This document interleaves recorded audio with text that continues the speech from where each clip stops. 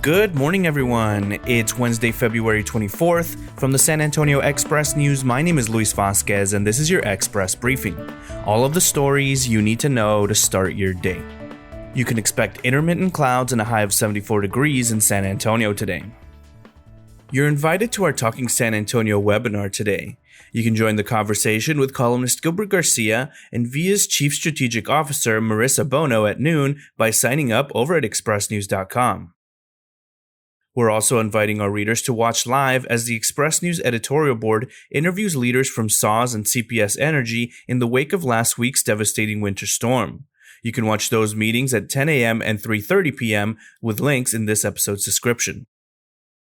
And now let's move on to the top stories for the day.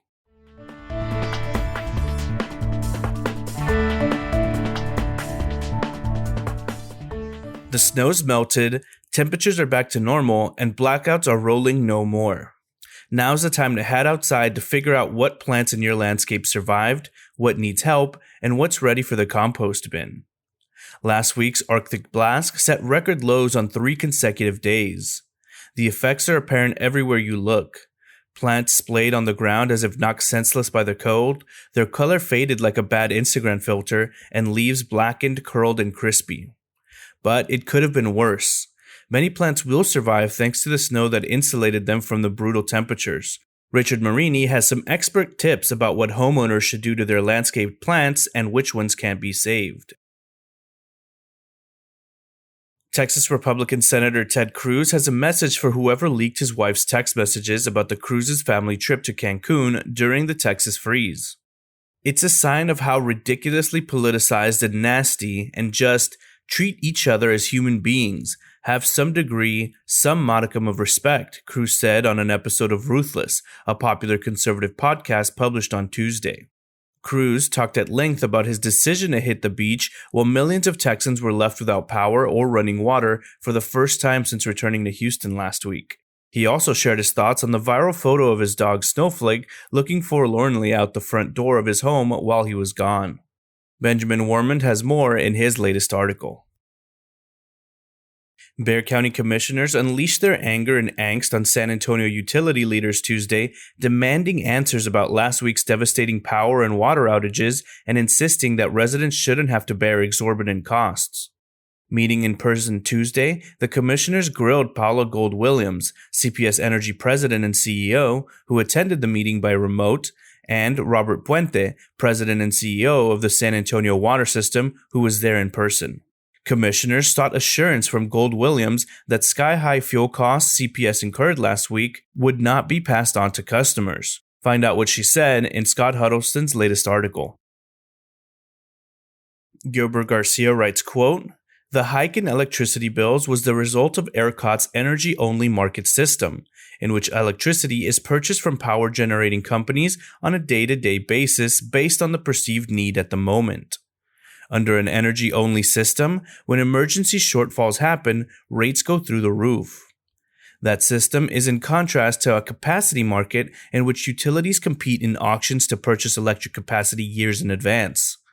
The capacity market means higher short-term costs, but also more stable rates and more incentive for electricity-generating companies to invest in new power plants and maintain their existing ones."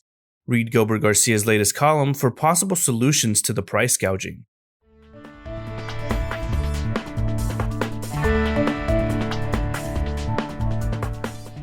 Now that more Texans can receive the coronavirus vaccine, we have everything you need to know over on our frequently asked questions page. WellMed is reopening its COVID-19 vaccination hotline Wednesday morning to schedule the distribution of 30,000 doses. We also have a dashboard monitoring how much of the state has been vaccinated and another dashboard where we're tracking San Antonio's COVID-19 case counts, hospitalizations, positivity rates, and more. Next up are your need-to-know headlines. You can find all of these headlines and more inside of your Express News subscription.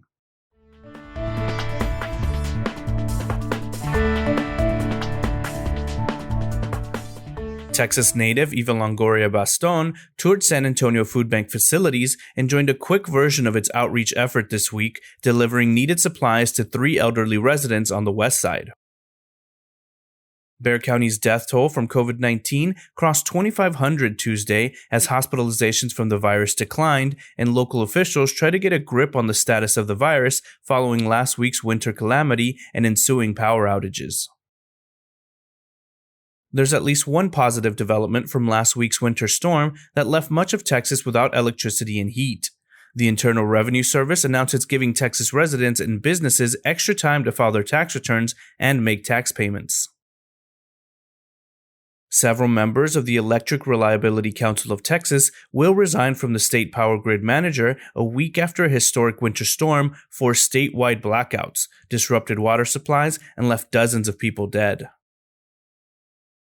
On the latest edition of the Puro Politics podcast, Express-News reporter Brian Chasnoff talked about the way the state's grid operator did such a poor job of anticipating and preparing for the electricity shortfall that it offered no warning to municipal leaders. Home sales usually slow down in the winter, but San Antonio's housing market showed no signs of cooling last month as the coronavirus pandemic continues upending seasonal patterns. A 10-year-old boy is in critical condition after he was shot by another juvenile Monday night. Family members said Jaden Rico is expected to be in the hospital for the next 2 to 3 weeks.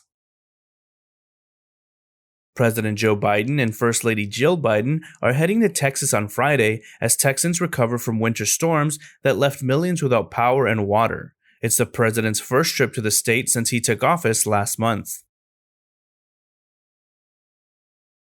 San Antonio Mayor Ron Nirenberg has appointed a panel to investigate whether city government could have done more to prepare San Antonio residents for last week's devastating winter storm. If you're a renter dealing with damages or repair issues, we have everything you need to know about Texas's landlord-tenant laws and assistance available to victims of the deadly winter storm. Texas House and Senate committees will hold hearings this week to review the factors that led millions across the state to lose power and water during the winter storm last week. But most Texans won't have a chance to speak to their lawmakers during the proceedings. We have how to submit a public comment over on expressnews.com. Texas Lieutenant Governor Dan Patrick rolled out a series of conservative red meat priorities he wants to pass in the next 3 months that would place new restrictions on abortions, forbid transgender athletes from competing in women's sports, and force the playing of the Star-Spangled Banner before sporting events. 79-year-old Phyllis Jo Martinez has entered a guilty plea to a single count of conspiracy to commit bank fraud in a case that involves a former president of a Bank of San Antonio subsidiary.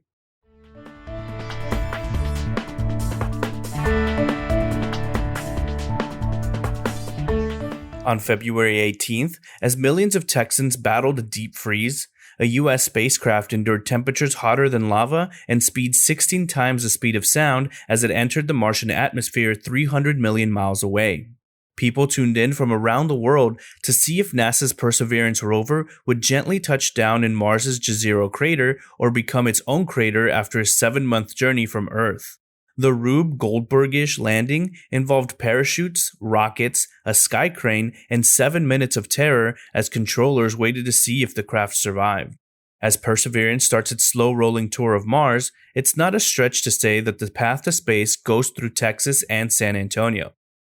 While not as flashy as Houston's Johnson Space Center, Dallas's aerospace behemoths, Boca Chica's cool Starship Spaceport, or Austin's shiny startups, San Antonians have quietly paved the way to the heavens behind the scenes for decades. Brandon Lingle explains how in our latest collaboration with Report for America.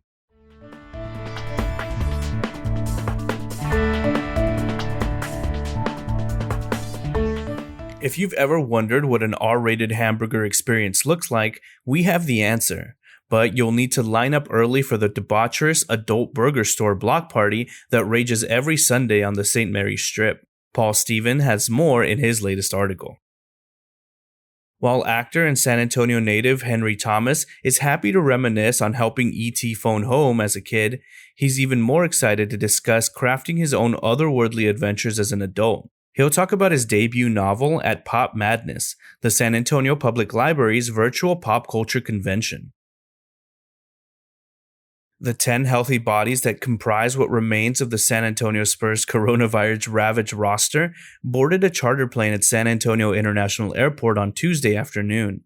Ready or not, their season is set to resume Wednesday at Oklahoma City. The Spurs need LaMarcus Aldridge right now, Mike Finger writes. For the last player to represent the franchise at the All-Star game, this might be one last perfect chance before it's really time to move on for good.